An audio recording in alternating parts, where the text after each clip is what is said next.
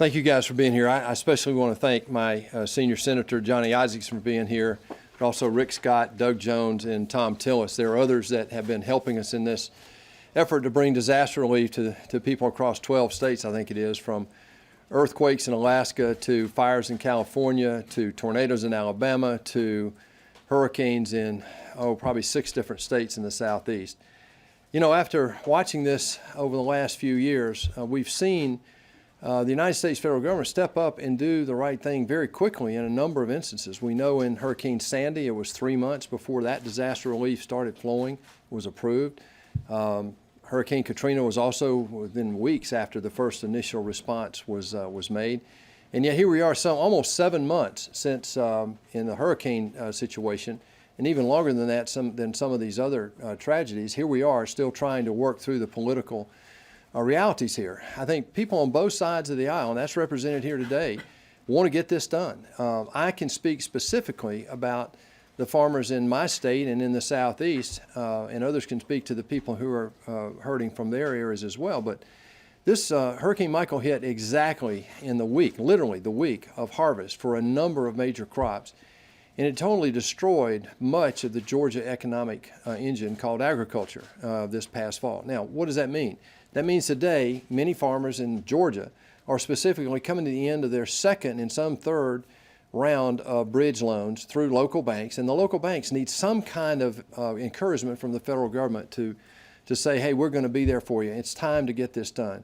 I want to hear from everybody here, and we'll have a time for a few questions and answers later, but just rest assured that we're not going to give up on this until we get this resolved and get disaster relief flowing to all these people across 12 states that are hurting today. Senator Jones is next, and I welcome him here today. Thanks. Thank you, Senator Perdue. I'm honored to be here with my colleagues here. This, you know, this really, as Senator Perdue said, ought to be a really bipartisan issue. We got Americans that are hurting. Every one of our communities have been hit with these disasters. Like Senator Perdue and Senator Isakson, my state was hit especially hard right before harvest season with the cotton crop. What was expected to be a bumper crop this year was completely destroyed, gone with the wind, so to speak. And it's been devastating for those folks. And you know, the fact of the matter is, not only have our communities been hit this year, or within the last year, but everybody's communities is going to be hit at some point over the course of their life. And we need to step it up. And it's hard for folks to understand, and it's hard for all of us to understand why we can't get something done. I've said that, you know, sometimes this is just kind of typical of the dysfunction that we see up here often, all too often here in Washington, D.C. No fault of anybody up here. It is just a combination of events. And it really hits home when I went to the Wiregrass Pit this past summer. That's the southeast Alabama area, to talk to those farmers and to talk to those folks who really lost their livelihoods. It's not just cotton. There was 30-year-old timber that had to be destroyed that turned into pulpwood, and that's a big loss for those farmers down there. Lee County, where the EF4 tornado killed 24 people. Those folks are still rebuilding. I met with both the EMA folks but also the victims who are waiting on help. And the folks on the ground down there have done a remarkable job, but it's the victims now that are being victimized again by the inaction that we see here every day. I've visited with all the folks who've lost everything. They want to know what they can do. They're trying to salvage their lives. They're trying to salvage their livelihoods. And in many instances, especially for farmers, we're talking generational. We're not talking about just somebody that's gone into the business and lost it. We're talking about sons who are now having to leave their family farms to do something elsewhere because they cannot depend on the relief that they so desperately need. I visited folks in the hospitals, everywhere else that are looking for the relief that we need. I want to get back up there, but I want to be able to look these folks in the eyes and tell them that we are trying to do everything we can. Because when they look back at you, they wonder, are you really? Are you really? They don't know all the work that these guys have done, all the work that's been done on a bipartisan effort and to get the job done for those. So that's why I'm here today. I'm really pleased to be here with my colleagues, and I want to urge all of our colleagues on both sides of the aisle in both houses of Congress to let's get this done for Americans. Let's get this done for the people that need it so that we can go forward and plan for the future, and maybe we can do the kind of things that will make sure that this doesn't happen again and we can move forward and help these folks. Let's get something done for all the Americans who are hurting with this disaster. So with that, I want to turn it over to Senator Scott from Florida. Thanks. First, I'm the newbie up here, and it's actually been surprising to me that we can't get something done in this amount of time. But I want to thank everybody up here for all their hard work, and I know a lot of them have been working diligently with the House and with appropriations and with the White House to get something done. So I just finished 8 years as governor, and clearly as governor I saw a lot of devastation from different hurricanes and a variety of things, flooding, tornadoes. But following massive storms like Hurricane Michael, all of us, and this, I think everybody up here would say the same thing, we all worked nonstop to get our communities to recover. And I think every one of our states is very resilient, but it's very difficult for a lot of people in our states if they don't get any support from their federal government. There's still a lot to do. One of the biggest issues I'm dealing with right now, yesterday I was at Tyndall Air Force Base. And I met with the base leaders there, and they've got to get our help. I spoke to Secretary Heather Wilson this weekend, and this marks 202 days since Hurricane Michael hit. And we've been working to rebuild Tyndall. They have spent, my understanding, over $400 million not having a bill, thinking there was going to be a bill that happens. As Secretary Wilson explained to me, what's going to happen is starting the 1st of May, which is, I guess, tomorrow, they're going to stop all new projects at Tyndall. Now, that, if you think about it, all of us support our military. We know the importance of our military. And if they don't have the right assets, if they don't have you can't get Tyndall rebuilt, then it impacts the ability for America to defend itself. And on top of what Secretary Wilson said, there'll be other states now that because she's had to take this $400 million and spend it, they won't get the money in those states. She in particular brought up what's going to happen in Colorado. I think she said there's $100 million that she was anticipated to spend in Colorado that she can't spend now. So it's not just going to impact what happens at Tyndall, it's going to impact all around this country. Local hospitals, schools, and community facilities are still struggling to recover from the impacts of the storm. We lost, just in the Panama City area, about 25% of the population moved. And our hospitals, everybody has gotten injured. Our agricultural losses or damages are approaching $1.5 billion. We are a lot of people think of Florida as a tourism state, but we have a lot of agriculture, and especially winter crops. But if you go to the panhandle of our state, and it's similar to what's happened with Georgia, if you go a few miles in, it's all forest. And these are 15-plus year crops, and they're just gone because they just the way as Michael went through it just snapped all the trees in half. And so once that happens, they're not, and once they're on the ground, you can't use them anymore. So it impacted them. We had over 100,000 homes destroyed. We've got over $6 billion in property insurance claims. Many families, if you just drive around the Panama City area, go to Mexico Beach, you can't move back yet because they haven't been able to get things fixed. Now, not one of us is going to accept that. We got into public service because we care about people, and we are going to do everything we can to get something done. No one understands why it's taken this long. It doesn't make any sense. Within 10 days of Katrina, Congress passed supplemental disaster relief funding. For Hurricane Ike and Hurricane Gustav, it took 17 days. Andrew, the last Category 5 storm that hit the states, 34 days. Sandy, there was, after all this debate, all these complaints, it took a total of 74 days. It's been 202 days. 202 days, and nothing's happened. Our panhandle communities, our friends in Puerto Rico, the first thing I said on the Senate floor is we've got to make sure we continue to take care of Puerto Rico. We fought and we all agreed that we would get $600 million in for a food nutrition program that Puerto Rico need. But if we want Puerto Rico to rebuild and all of our states to rebuild, we've got to get something done now. It helps families impacted by disasters including earthquake in Alaska, volcanoes in Hawaii, California's horrible wildfires, hurricanes, North Carolina, South Carolina, Florida, Georgia, central northern Mariana Islands, the 2017 hurricanes in Puerto Rico, tornadoes in Alabama and Georgia, flooding in Iowa, Nebraska, and our Midwestern states. So it's not like just a couple states. We have a lot of states that have gotten impacted. So we all have to realize, we all have to figure out how to work together. We've got to get something done as quickly as we can. We have a bill that can become law. It needs to become law this week. We can't just go week after week after week and nothing gets done. Some of us went to the White House and talked to the White House right before recess. We believe we made some progress then, but we have to have a bill that the president's willing to sign. If we have things in the bill that's going to prevent the president to sign, then we didn't do our job. So there's no reason we can't get this done now. I know all of us are going to work hard. I hope all of our colleagues understand this is really important.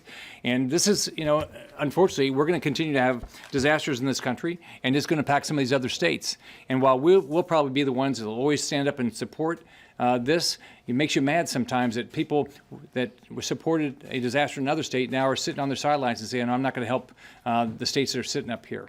So now let me turn it over to Senator Isakson from Georgia, and he can talk about some of the impacts it's had there. I was not in the hurricane, by the way. Thank you.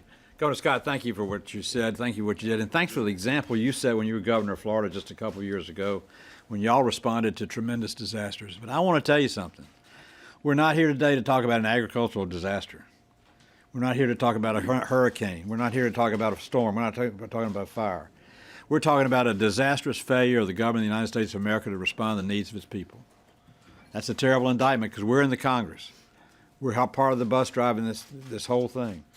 But because of various reasons, some known, some unknown, we've been unable to move now for almost 3/4 of a year. That's 2 cycles in many of the crops that have been damaged that we'll never get back. When you have an agricultural destruction, once that crop's gone, it is gone. And when it takes trees out, you're not talking about a cycle that's a 12-month cycle. You're talking about a cycle that's a 14 to 18-year cycle in terms of maturity of those trees. In Georgia, for example, the pecan market, which we control in the world today, Georgia is one of the largest producers of pecans in the world, is completely gone. A whole year's crop is gone. And the trees that bore those pecans is gone. And they're going to take 15 years to regenerate at the peak they were before. This is a real disaster in real time, but the disaster is no longer what caused us to get together. The disaster is Congress's inability to pass the disaster aid bill. And until we do it, I'm going to be up here like every other member of the Senate that's up here today, fighting to see that we get it done. You're never too late, but you can be too late sometimes for some families, and we already have. In Georgia, some of our farmers are gone. Some have declared bankruptcy. Some have defaulted on their loans, as David Perdue said. It's only a matter of time before others do. So it's time for Congress to rise up and do the right thing at the right time, which was 99 months ago, but today is today. I don't want to leave this Friday without us having done something. I don't want to leave tonight without us having done something. So I call on everybody within the sound of my voice and the sound of our voices up here to recognize we have Americans in hurting, Americans who deserve what they expect from their country. They need a country that can respond to the disasters that we've had. I want to be a part of that. I want to be a part of this team, and I want to thank every other member up here, Thom Tillis, Governor Scott, Mr. Jones, David, my partner, David Perdue, and everyone else that's here for all the work they're doing to make this possible. And let's make it happen. Let's make it happen now. Thank you very much. And I think, Tom, are you next? Yeah. Thom Tillis. Thank you, Chair Isakson. We've in North Carolina, we have had 2 500-year storms over the last 2.5 years. We had Hurricane Matthew that caused about $400 million in agriculture damage, and then Hurricane Florence, which caused about $1.1 billion in hurricane damage. I do agree with Senator Isakson that government's failing the citizens of North Carolina, the citizens of these southeastern states represented here. But I put the fine point on it's not the government, it's Congress. It's members who should go to the floor and vote for relief and vote for it now. In North Carolina, we have had funds flowing for Matthew and Florence. But the fact of the matter is, at some point, the resources will run out. We've gotten funds, but we haven't gotten those that are considered to be the consensus unmet need. The last thing I'll talk about before we open up questions, though, is to really expand on the point that Senator Scott was making. We have a serious threat to readiness in our military if we do not get funding to these installations that were damaged. In Camp Lejeune alone, we have almost $3.7 billion in damage. We have Marines now working in what Commandant Neller described as expeditionary conditions. That's okay if you're forward deployed. It is not okay if you're a Marine working at Camp Lejeune in North Carolina. We have got to free up the money that we need to rebuild our bases and our military installations because it's a direct threat to readiness. We've got to give relief to farmers. That's something that's desperately needed in North Carolina. Like Senator Isakson said, we've missed a harvest cycle and we're missing a planting cycle. And what the consequence of that is, it's not like the farmer will just wait until next spring and start all over. This is when farmers get out of this business. It's a serious, and move on to other endeavors. It's a serious problem that can be solved by Congress simply setting aside every other priority, except the priority to have us recover from these storms. And this is not a partisan thing. Storms are not partisan. You see the number of Senate members and congressional members that have been affected by the storms in the Southeast and across the country. We should have more than enough members who will step up, focus solely on this issue, and live to fight another day on any other issue that may be holding up the bill right now. And I fully support everything that we're trying to do this week. And Johnny, I hope we don't go home without a result to take care of these people who need help today. Not next week, not next month, not next year. With that, I'll turn it over to Governor Scott and we'll answer questions. I think we're just all going to open it up for any questions anybody has. Senator Scott, Yes. I know you just went to Tyndall Air Force Base recently, and there's some photos up here from Panama City. The president announced yesterday, his campaign did, that he's going to have a rally in Panama City Beach next Wednesday. Should he be visiting an area like this, and is it appropriate for him to be going and holding a political rally when this area in Mexico City Beach is still decimated? Well, my goal is that when he goes there, is that this bill's done, and we have the relief flowing. So I think, there's no reason we can't get this done. David was on the phone, and a bunch of us were in the White House 2 weeks ago, and I thought we made really good progress. And so hopefully by the 8th, which is I think the day he's going, that we'll get it done. So you think there will be a vote sometime this week? I hope. I mean, it's ridiculous. 202 days running, and just do we have any pictures of Lejeune? Because I mean, it's unbelievable what happened to Tyndall. It was right there. The eye of the storm went right over it. It was devastating, and this is where. The Air Force does a lot of their training, a lot of their exercises, and they're not going to be as prepared. And I think you'd say the same thing about the Marines. I think it's not only important that he goes down to the panhandle of Florida, but I would welcome him gladly in Jacksonville, outside of Camp Lejeune, in the fields that are the farmers who need help, and elevate this issue to make the American people recognize that there are a lot of people hurting, and the only reason that we're not providing them relief is because we're not moving this bill forward. So I hope that the president not only goes down there, but he also highlights the fact if we're still in the same posture this time next week, he needs to send the message directly to the American people that Congress needs to act. It seems like we've been here before, certainly not this long of a wait. I'm wondering, is there something that Congress should be doing differently to prepare for disasters, each and every year? That's a great question. So 50 years ago, the federal government didn't have the wherewithal, didn't exercise it. And so this is a late developing issue where the federal government, without having a sinking fund or a reserve fund, which, by the way, most states have, my suggestion would be as we do the budget process, we start thinking about allocating, appropriating a reserve fund that would give us some wherewithal to do this in a much more timely fashion. Look at what happens right now. This is caught up in partisan politics. As every person up here has said, Democrat and Republican, this is not a partisan issue, and yet it gets held up. I love what Senator Tillis said. This is a time to take all the other peripheral issues, put them aside, and deal with disaster relief. But if we had a reserve fund, to your question, then it would preclude this entire drama for the last 7 months. Tamar? We know what the sticking point is. It's aid to Puerto Rico, and you're pretty closely allied with the president, but Democrats have made clear that the $600 million allocated in the bill is not enough. Have you been advising the president to up his offer, and what exactly are you advising him at this point? To get it done. I mean, and he's advising us to get it done, whatever it takes. But he's also of a mind to take the other peripheral issues off the table, as Senator Tillis said, and let's deal with the issues that deal with this. And I think we'll find tremendous alignment between the Democrats and Republicans. Look, nobody's closer to Puerto Rico than Senator Scott. When he was governor, he was very involved there. I've done a lot of work in my career in Puerto Rico. It has a lot of potential. It was damaged dramatically. But we've already got a lot of money going to Puerto Rico. The president's been more than workable in terms of the nutrition increase. And once we got the deadline coming at us, he immediately said, yes, that's good to go.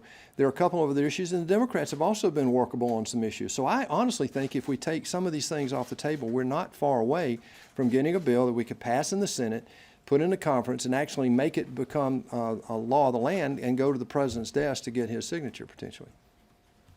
Senator, follow up on that, which is, just to be clear, are you encouraging the president at this point to, in fact, accept more money for Puerto Rico beyond the $600 million as the price for getting this bill across the finish line? Well, right now, the two appropriators, Senator Leahy and Senator Shelby, and their staffs are going back and forth. We've been doing this for the last few weeks, negotiating back and forth about what it's going to take to get this done. The president has basically told us in that last meeting that Senator Scott was referring to, is that basically, guys, go work a deal, and this is what, and we're both, Senator Scott and I are both, among others up here, are saying, look, let's just get this done. In the bigger picture, I think both sides are very close to actually get an agreement on this. So that's been our advice over the last several weeks as we hopefully close in on this thing. And Senator Isakson said it best. I mean, honestly, at this point of criticality, nobody should leave Washington. I mean, forget about a 2-week break. We shouldn't go home on the weekend unless we actually get something done on this, and I think we're close to doing it. But Senator Scott, did you get a sense that the president was willing to go above the 600? When I was there 2 weeks ago, I mean, OMB was sitting there, and he said, look, we've got to get something done here.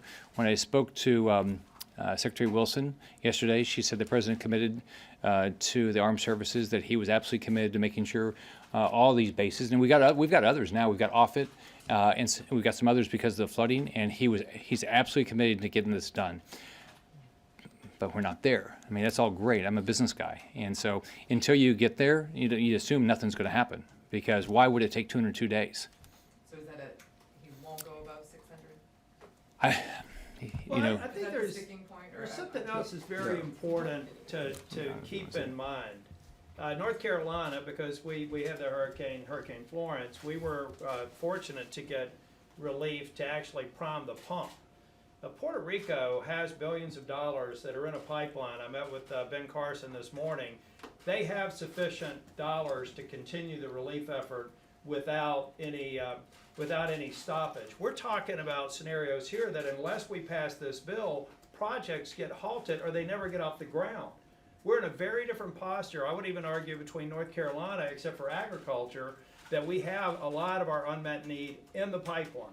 So if you look objectively at the critical needs, Puerto Rico, we can't turn our back on the citizens of Puerto Rico. And we're not. Yeah. And we're not. The fact of the matter is, if it really is a sticking point over 200 million, 600 million, or 1.2 billion, we need more money today to fund relief efforts in these states than Puerto Rico will need in months.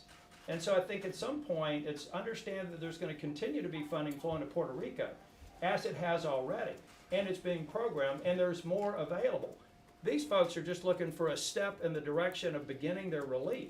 And we're trying to provide relief to farmers and military installations that will not be able to go far until we actually get this bill passed. So just think about it. The immediate issues we're dealing with the military, okay? We're dealing with ag, okay? And then Puerto Rico's immediate issue was the food nutrition program, which we dealt with.